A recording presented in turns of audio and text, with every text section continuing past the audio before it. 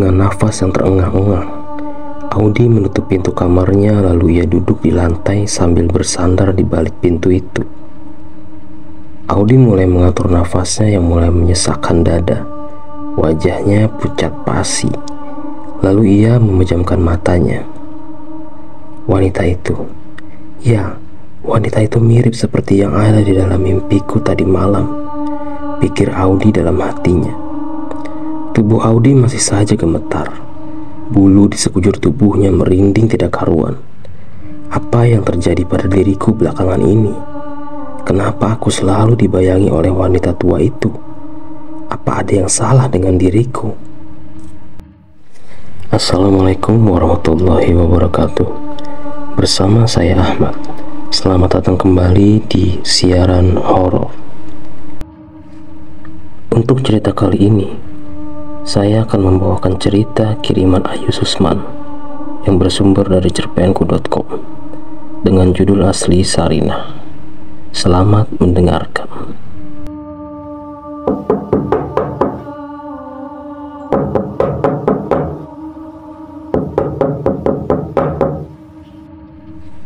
Pintu kamar Audi diketuk oleh seseorang. Audi mengintip dari lubang pintu pelan-pelan untuk melihat siapakah yang berada di depan kamarnya. Audi lalu tersenyum lega ketika ia mengetahui yang mengetuk pintunya itu adalah Julie, teman dekatnya. "Loh, muka lu kok pucat banget kayak orang ketakutan gitu?" tanya Julie ketika Audi membuka pintu kamarnya. "Gak apa-apa kok. Malam ini lu nginep di sini kan, Jul?" kata Audi. "Sip, gue kan sudah janji sama nyokap lu. Selama dia tugas di luar, gue yang akan nemenin lu di rumah selain Mbok Surti," jelas Julie sambil tersenyum. Audi kembali tersenyum begitu mendengar perkataan Julie. Audi adalah anak sematawayang di keluarganya. Papa Audi seorang pilot yang sibuknya luar biasa. Dalam sebulan biasanya papa hanya seminggu berada di rumah, dan selebihnya ia terbang mengelilingi dunia dengan pesawatnya. Sedangkan mamanya adalah wanita karir yang juga selalu sibuk. Contohnya seperti sekarang, mama harus pergi dan menginap di luar kota selama beberapa hari untuk mengurusi keperluan perusahaannya. Dan di saat-saat inilah hanya Julie, sahabat Audi dari SMU, dan Mbok Surti, wanita setengah baya yang sudah mengurusinya sejak ia kecil, yang setia menemani kesendirian Audi di rumah yang lumayan besar itu.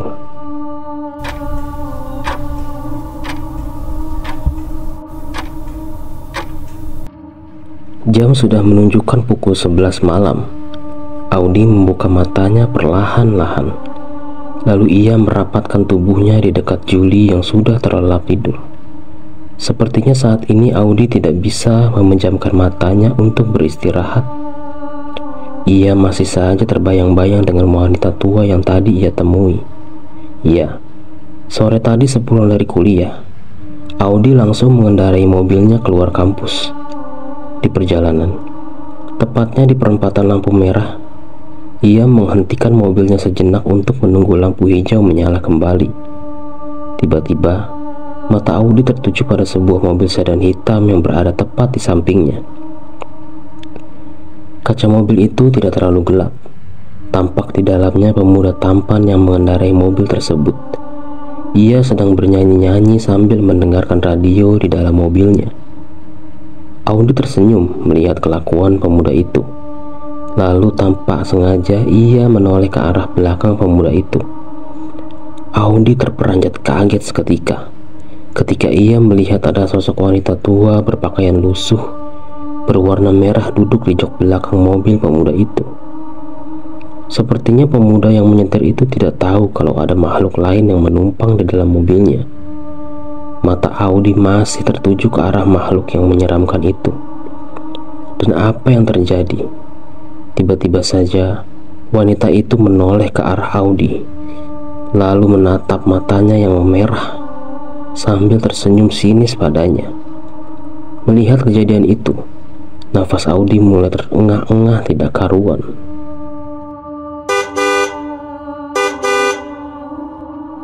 Audi pun terkejut mendengar suara klakson yang dibunyikan dari arah belakang mobilnya. Lalu ia menarik nafas panjang, dan sepersekian detik wanita tua itu menghilang dari jok belakang mobil pemuda itu. Seketika itu pula sekujur tubuh Audi lemas dibuatnya. Audi lalu mengendarai mobilnya lagi ketika lampu hijau menyala. Selama di perjalanan menuju rumahnya, Audi sangat ketakutan. Terlebih lagi wanita tua yang tadi dilihatnya adalah wanita yang persis di dalam impiannya 2 hari belakangan ini, yaitu wanita tua yang berbaju lusuh berwarna merah. Apakah ini hanya kebetulan saja, atau cuma hayalan aku yang terlalu tinggi? Ya Tuhan, kata Audi dalam hatinya. Keesokan harinya, ketika Audi dan Julie tiba di rumah setelah pulang dari kuliah, Audi terheran-heran melihat banyak orang yang berkumpul di dalam rumahnya. Audi mengerutkan keningnya dan tampak bingung. Ia pun turun dari mobil. "Ada apa, Mbok Surti?" bisik Audi ketika Mbok Surti menghampiri dirinya. "Ada orang dari yayasan panti jompo mau bertemu dengan Non Audi," jawab Mbok Surti. Audi berjalan ke arah seorang lelaki setengah baya yang tampak cemas. "Ada yang bisa saya bantu, Pak?" tanya Audi. "Maaf, Mbak, saya datang ke sini sudah ada persetujuan dari Ibu Novi untuk memulangkan Ibu Sarinah ke rumah ini," jawab bapak itu. "Memulangkan siapa?" tanya Audi sekali lagi yang tampak bingung. "Ibu Sarinah yang dititipkan oleh Ibu Novi beberapa tahun yang lalu. Sekali lagi maaf Mbak, pengurus yayasan sudah tidak sanggup lagi untuk mengurus Ibu Sarinah," jelas bapak-bapak itu lagi. Audi tersenyum. Dalam hatinya ia masih dibuat bingung dengan perkataan bapak itu. Selama hidupnya, Audi tidak kenal dengan Ibu Sarinah. Siapakah wanita itu? Setelah orang-orang dari yayasan pulang, Audi berusaha berkali-kali menghubungi mamahnya untuk menanyakan siapakah Ibu Sarinah itu. Tetapi ponsel mama tetap saja tidak bisa dihubungi. "Ibu Sarinah itu siapa sih, Mbok?" tanya Audi pada Mbok Surti. "Itu Non, Ibu Sarinah itu adalah adik angkatnya Eyang, Non Audi," jawab Mbok Surti. "Adik angkat? Kok Eyang sama Mama tidak pernah menceritakan tentang keberadaan Ibu Sarinah?" kata Audi dalam hatinya. "Terus Ibu Sarinah sekarang ada di mana?" tanya Audi. "Non Audi kalau panggil Ibu Sarinah itu dengan sebutan Mbak Sarinah toh, karena dia adalah nenek Non Audi," jelas Mbak Surti. "Iya Mbok, sekarang Mbak Sarinah di mana?" tanya Audi sambil menganggukkan kepalanya. "Ada di kamar belakang," jelas Mbok Surti. Audi melangkahkan kakinya menuju kamar belakang bersama Julie.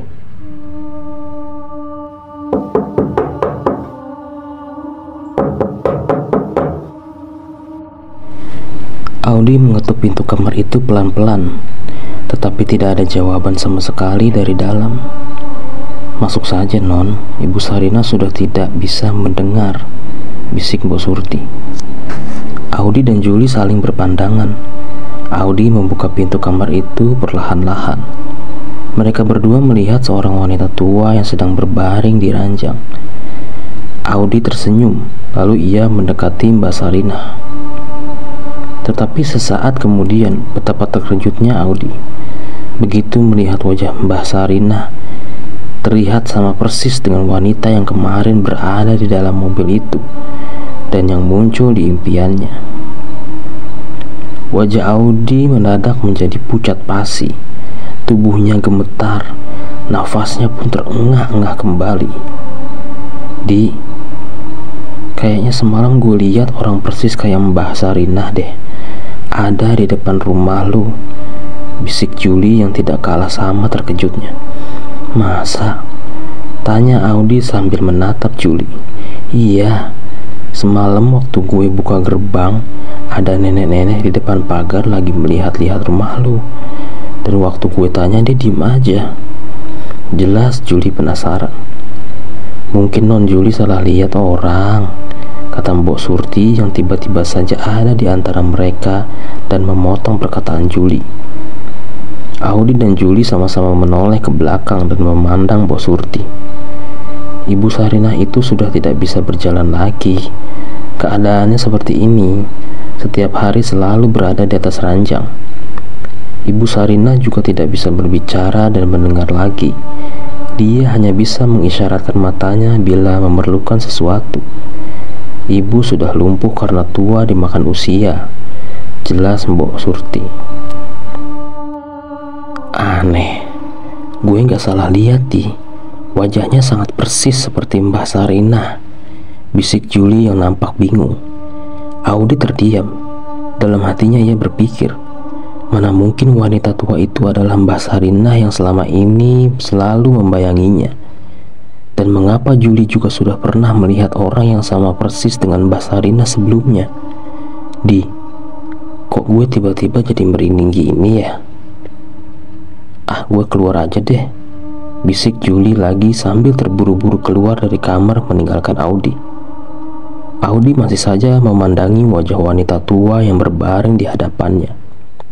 Mbah Sarinah tertidur dan tidak berdaya di atas ranjang.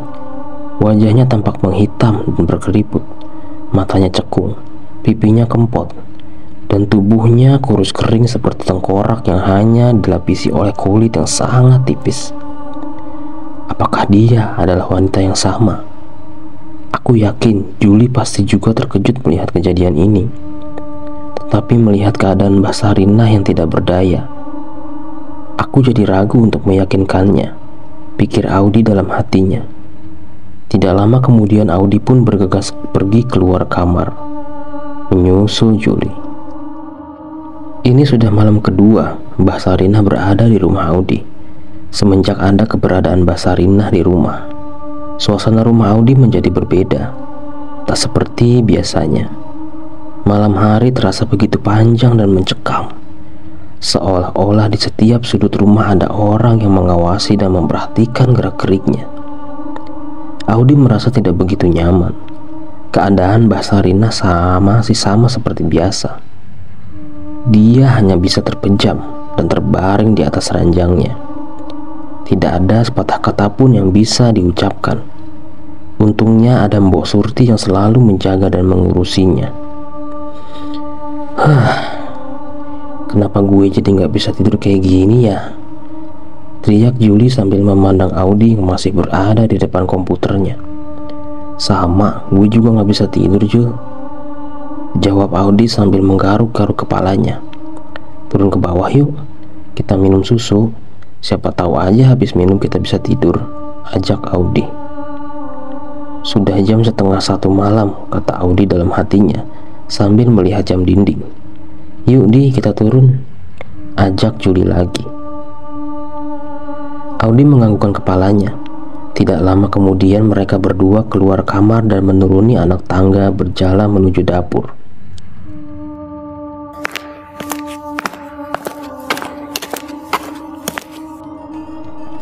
Jul, bisik Audi sambil memegang lengan Juli di kegelapan rumahnya. Ada apa? Jawab Juli sambil menghentikan langkahnya. Lu dengar sesuatu nggak? Bisik Audi. Juli dan Audi terdiam sejenak. Mereka pun saling berpandangan. Ya, gue dengar seperti ada suara gendingan gamelan yang suaranya terdengar sangat jauh, kata Juli. Suara itu berasal dari mana ya? Tanya Audi. Sepertinya dari kamar belakang, Di, jawab Juli. Kamar Mbak Sarinah? Iya, sepertinya dari sana, bisik Juli dengan gugup. Audi dan Juli pelan-pelan melangkahkan kakinya menuju kamar Mbah Sarinah. Makin dekat suara itu semakin jelas terdengar suara gendingan gamelan. Iya, suara itu benar-benar berasal dari kamar Mbah Sarinah, kata Juli. Siapa yang menyetel kaset atau CD di tengah malam kayak gini, Jul? Seingat gue, di dalam kamar itu tidak ada tip. Dan nggak mungkin juga Mbah Sarinah bisa mendengarkan suara itu, bisik Audi. Audi dan Juli semakin mendekati kamar Mbah Sarinah. Dengan rasa penasarannya, Juli membuka pintu kamar itu perlahan-lahan, lalu mereka mengintipnya. Dan apa yang terjadi? Tubuh mereka berdua langsung gemetaran begitu mereka melihat Mbah Sarinah sedang menari-nari dengan gemulai, diiringi oleh suara gendingan gamelan yang entah berasal dari mana. Mbah Sarinah memakai kebaya berwarna merah yang sangat bagus. Sambil memegang selendang, Mbak Sarinah melenggak-lenggokkan tubuhnya mengikuti alunan suara itu. Wajahnya sangat berbeda. Ia tampak lebih muda dan sangat cantik. Kulit wajahnya sangat mulus, bersinar dan tidak berkeriput. Rambutnya hitam lebat dan tergerai indah memanjang hingga sepinggang. "Di," bisik Juli sambil menggenggam tangan Audi yang begitu dingin. "Apa yang lu lihat sekarang sama dengan apa yang gue lihat kan, Jul?" bisik Audi dengan suaranya yang gemetar. "Iya, itu Mbak Sarinah," jelas Juli. Audi dan Juli saling bertatapan di depan kamar. Lalu mereka berdua mengintip lagi. Lama-kelamaan suara gendingan itu terdengar semakin jauh lalu menghilang. Seiring dengan itu, keadaan Mbak Sarinah pun mulai berubah seperti semula.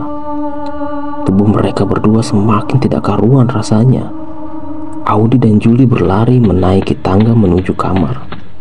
Begitu tiba di atas, mereka berdua pun sangat terkejut ketika melihat keberadaan Mbah Sarinah yang sudah berada di depan kamarnya. Ia berdiri dengan tubuhnya yang membongkok kurus kering, wajahnya berkeriput, kepalanya tampak membotak dengan rambutnya yang memerah dan tergerai sepinggang. Matanya melotot menatap mereka berdua. Audi dan Juli pun berteriak dan langsung berlari lagi menuruni anak tangga. Juli meraih kunci mobil yang tergeletak di meja makan, lalu mereka berdua lari terbirit-birit keluar rumah. "Cepat buka pagarnya, Di," teriak Juli sambil menyalakan mesin mobil. Audi cepat-cepat membuka pintu pagar rumahnya. Lalu ia berlari menghampiri mobil yang dikendarai oleh Juli. "Cepat masuk, Di," teriak Juli. Tidak lama kemudian sedan berwarna putih itu pun melaju dengan kencang dari halaman rumah Audi di tengah malam. "Ya Tuhan," teriak Audi. Ia tidak percaya dengan apa yang dilihatnya tadi. "Tuh kan, gue udah tebak kalau ada yang gak beres sama mbah lu itu, Di," kata Juli lantang.